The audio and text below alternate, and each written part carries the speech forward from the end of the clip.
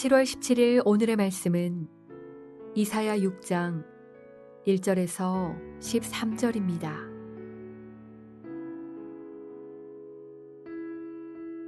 우시야 왕이 죽던 해에 내가 본즉 주께서 높이 들린 보좌에 앉으셨는데 그의 옷자락은 성전에 가득하였고 스랍들이 모시고 섰는데 각기 6 날개가 있어 그 둘로는 자기 얼굴을 가리었고 그 둘로는 자기의 발을 가리었고 그 둘로는 날며 서로 불러 이르되 거룩하다 거룩하다 거룩하다 만군의 여호와여 그의 영광이 온 땅에 충만하도다 하더라.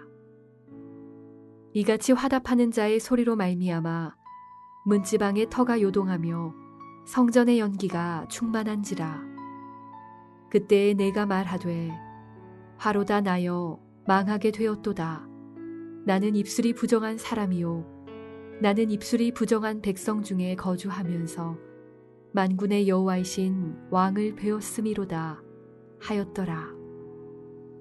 그때에 그 수랍 중에 하나가 부젓가락으로 제단에서 집은 바 핀 숯을 손에 가지고 내게로 날아와서 그것을 내 입술에 대며 이르되 보라 이것이 내 입에 닿았으니 내 악이 제하여졌고 내 죄가 사하여졌느니라 하더라.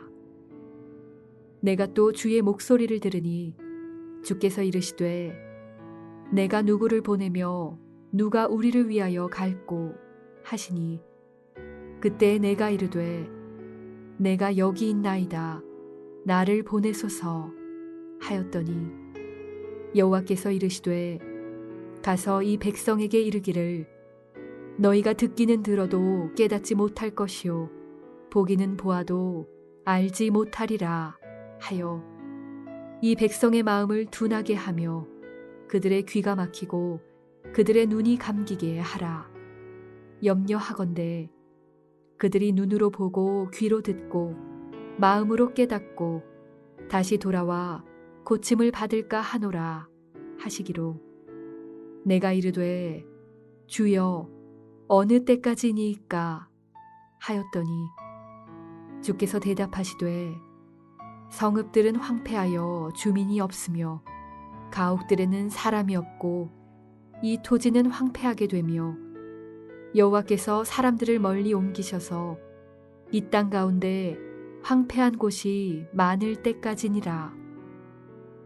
그 중에 10분의 1이 아직 남아있을지라도 이것도 황폐하게 될 것이나 밤나무와 상수리 나무가 배임을 당하여도 그 그루터기는 남아있는 것 같이 거룩한 씨가 이 땅의 그루터기니라 하시더라.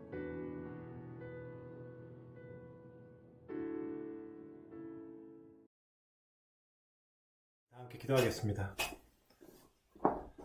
하늘에 계신 아버지, 만물을 창조하시고 보존하시며 통치하시는 아버지를 찬양합니다. 주 예수님, 세상의 구주와 주이신 주님을 찬양합니다. 거룩하신 성령님, 하나님의 백성을 거룩해 하시는 당신을 찬양합니다. 성부와 성자와 성령, 삼위일체 하나님께 영광을 돌립니다. 오늘 우리가 하나님 아버지의 임재 가운데 거하며 예수 그리스도의 말씀을 듣고 순종할 수 있도록 성령께서 능력과 지혜를 더해 주시기를 간절히 기도합니다. 존귀하신 예수님의 이름으로 기도합니다. 아멘. 오늘 우리가 묵상한 본문은 이사야가 소명을 받게 되는 장면으로서 너무나 유명한 장면입니다. 사실은 그래서요, 이사야서 6장에는 대단히 중요한 그리고 무겁고 굵직굵직한 신학적 주제들이 담겨져 있기도 합니다. 하나님이 어떤 분이신지, 복음이 무엇인지, 또는 우리는 어떤 존재인지, 이런 굉장히 아주 중요한 여러 가지 메시지를 우리가 오늘 본문을 통해서 사실 발견할 수 있습니다. 다만 오늘은 이제 DT 묵상이기 때문에요, 그냥 한 가지 초점을 가지고 저희 묵상을 나누기 원합니다. 그것은 한 가지 초점이란 하나님을 만난다는 것이 무엇인가에 관한 것입니다.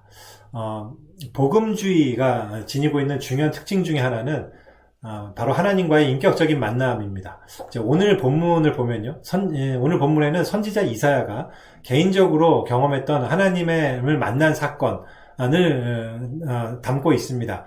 그래서 이것은 선지자 이사야만의 개인적인 사건이라고 볼 수도 있지만 실상 이 내용을 잘 보면요, 여기에는 하나님을 만나는 수많은 사람들이 경험하는 공통적인 특징이 아주 잘 나타나 있습니다. 그런 점에서 오늘의 본문은 그리스도인들에게 하나님을 하나님을 만나는 사람들에게 시사하는 바가 대단히 크다고 생각합니다. 첫 번째 특징은 이것입니다.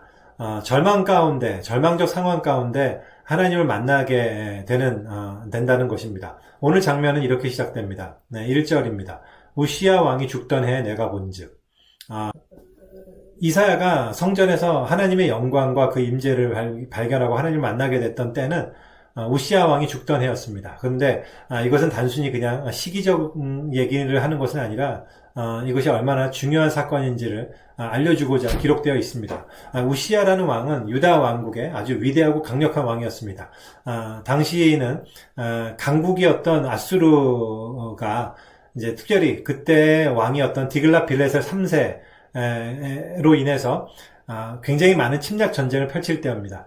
그래서 그 아수르는 주변 국가들을 침략하고 잔인하게 점령하는 그런 강력한 정복 정책을 펼치고 있었습니다. 그리고 그 정복의 주된 대상 국가들 가운데는 이스라엘도 포함되어 있었습니다.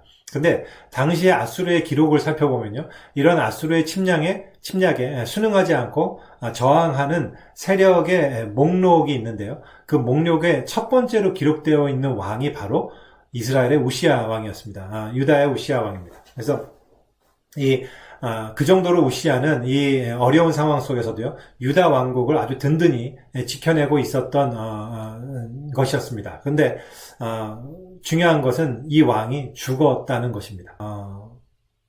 그리고 그 아들이었던 요담은 사실상 별로 능력과 힘이 없었던 왕으로 그렇게 여겨집니다.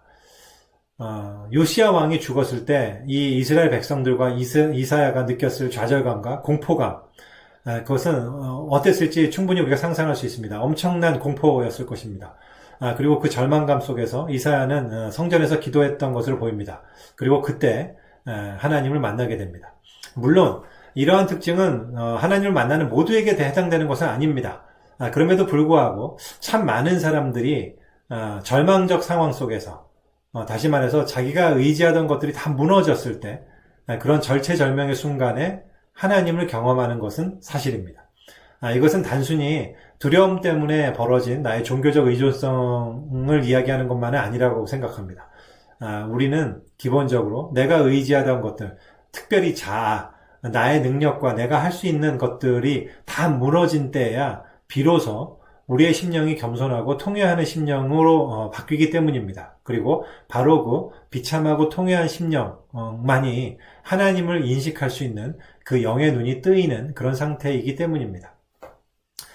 두 번째 특징은요, 그렇게 하나님을 만났는데요, 그 하나님을 만났을 때 이사야가 경험하는 자신이 느끼는 경험입니다.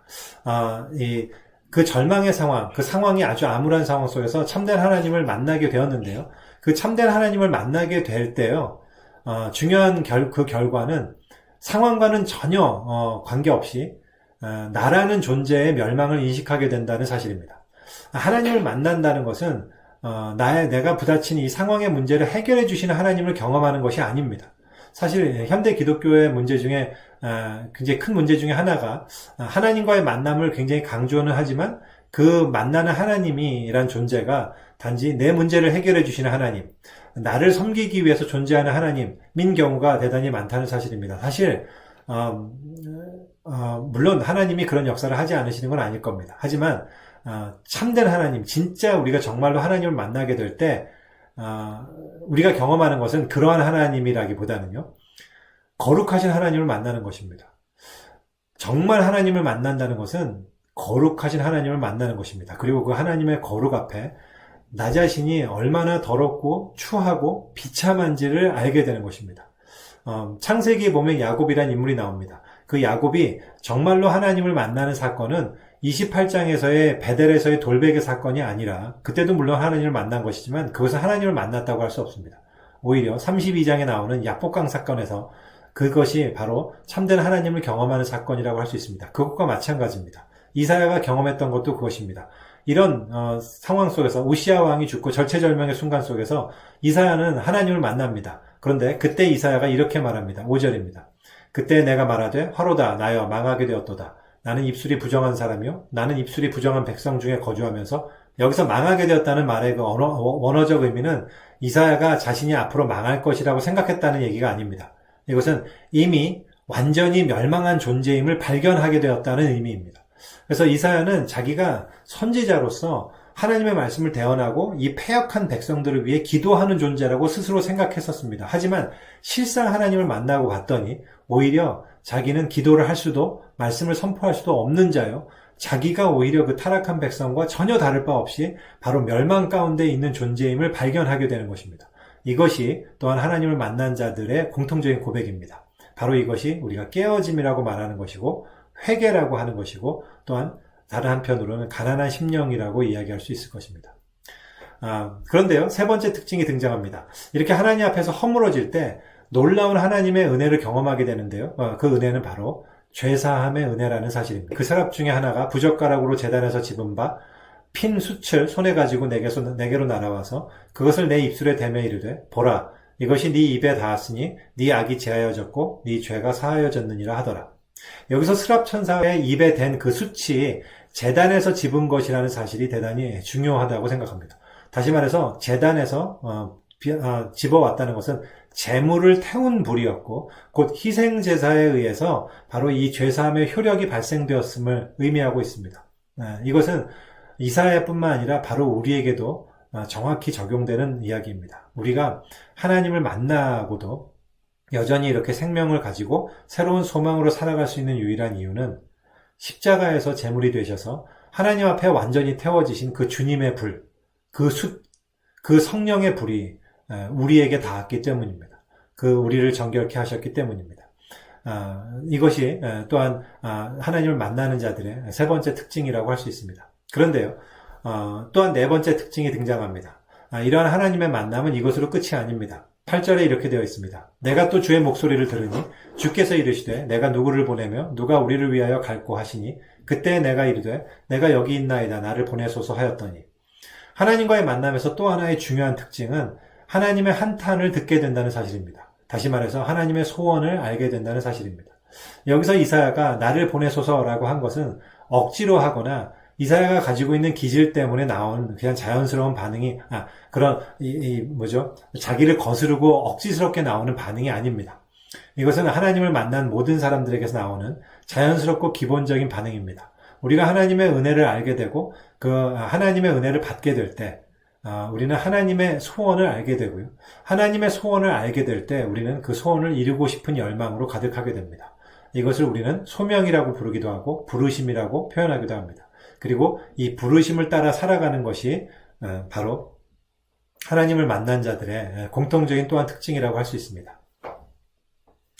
마지막으로 한 가지 특징이 더 남아 있습니다. 이렇게 부르심을 따라 내 삶을 전환하고 주님이 원하시는 일을 이루기 위해서 수고하며 살아가는 동안 한 가지 사실을 인식하게 된다는 것, 그것이 또한 마지막 특징입니다. 그 특징은 이것입니다. 주님께서 맡기신 그 부르심의 사역이 풍성하고 행복한 결말을 보장하는 것이 아니라는 사실을 인식하는 것입니다. 9절과 10절에 이렇게 나와 있습니다. 여호와께서 이르시되 가서 이 백성에게 이르기를 너희가 듣기는 들어도 깨닫지 못할 것이요 보기는 보아도 알지 못하리라 하여 이 백성의 마음을 둔하게 하며 그들의 귀가 막히고 그들의 눈이 감기게 하라.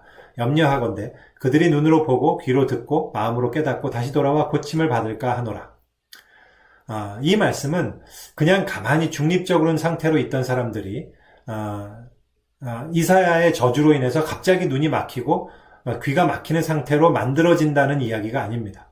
이것은 하나님이 저주를 내려서 원래 안 그랬던 사람들이 그렇게 되는 것을 이야기하는 것이 아니라 하나님의 말씀을 들을 이스라엘 백성들이 그 말씀 앞에 얼마나 강팍한 마음을 지니고 있는지에 대한 하나님의 한탄을 보여주시는 말씀입니다. 하나님의 은혜를 선포하고 복음을 선포하고 하나님의 통치를 선포하면 수많은 사람들이 기뻐하고 환영하고 그것을 받아들일 것이라고 그렇게 생각하기 쉬운데요. 실제는 전혀 그렇지 않다는 사실입니다. 많은 사람들은 복음을 들을 때, 하나님의 말씀을 들을 때 불쾌하게 생각하고 그것을 배척하고 거부하며 또한 거기에 대해서 굉장히 분노하는 반응을 보입니다. 그 이유는 복음이란 것이, 하나님의 은혜라는 것이 우리 인간의 스스로에 대한 기대, 즉 자아에 대한 기대를 철저히 무너뜨리기 때문입니다. 그렇기에 하나님의 말씀을 선포하고 이 복음을 전하는 사명은 수많은 사람들에게 불쾌감을 자아냅니다. 따라서 이 사명은 결코 항상 즐겁고 보람 있는 큰 성과를 거두는 그런 일이 되지 않는다는 사실입니다. 하나님을 만난 사람들은 그 사실을 압니다. 하지만 그럼에도 불구하고 그 일에 헌신하는 것입니다. 왜냐하면 결국은 그러한 사명을 통해서 오늘 본문의 마지막에 있는 말씀처럼 그 영혼, 사람들의 영혼에 뿌려진 그 땅에 그 거룩한 씨앗이 남아서 그것이 그루터기가 되고 결국 하나님께서 그 씨앗을 통해, 그 그루터기를 통해 구원의 역사를 이루실 것이라고 믿기 때문입니다. 오늘 본문을 통해서 저는 우리는 하나님을 만난다는 것이 무엇인지 우리가 묵상해 보았습니다. 그리고 그 특징을 5가지 정도로 생각해 봤습니다. 저는 오늘 본문을 묵상하면서 이런 묵상 나눔을 하고 있는 내가 정말 하나님을 만난 자로서의 특징을 지니고 있는가 스스로 돌아보게 됩니다. 너무나 부끄럽고 한심하고 또한 너무나 많은 것을 잊어버리고 또한 그 특징이 희석된 그런 모습 속에 참 무너지기도 합니다. 가슴이 참 상심이 되기도 합니다. 하지만 이 말씀을 통해서 다시금 십자가의 불을 제 입에 대시는 주님의 은혜를 경험하게 됩니다. 우리 모두가 이 거룩하신 하나님을 만나기를 원합니다. 그리고 그 하나님을 경험하기 원하고 또한 그 하나님을 만난 자로서 우리 앞에 주어진 그 길을 충성되이 감당할 수 있기를 이 시간 소원합니다. 우리 함께 기도하겠습니다. 하나님 아버지, 이사야가 하나님 성전에서 하나님의 거룩하신 하나님의 임재와 그 영광을 만나게 된 이 사건을 통해 우리가 하나님을 만난다는 것이 무엇인지 또한 생각해 보게 됩니다. 주님, 우리가 참으로 주님을 만나기를 원합니다. 하나님의 임재를 경험하기 원합니다. 날마다 그 하나님을 경험하게 되기를 원합니다. 그리해서 하나님의 은혜를 우리가 날마다 기억하게 되고 또한 하나님의 소원을 알게 되고 그리고 하나님의 부르심을 따라 그 결과가 우리가 원하는 결과가 아닐지라도 기쁨으로 또한 소망으로 그 일을 충성되이 감당하고 끝까지 그 부르심을 따라 나아갈 수 있기를 간절히 소원합니다. 감사드릴 때 이 모든 말씀 예수님의 이름으로 기도합니다. 아멘. 감사합니다.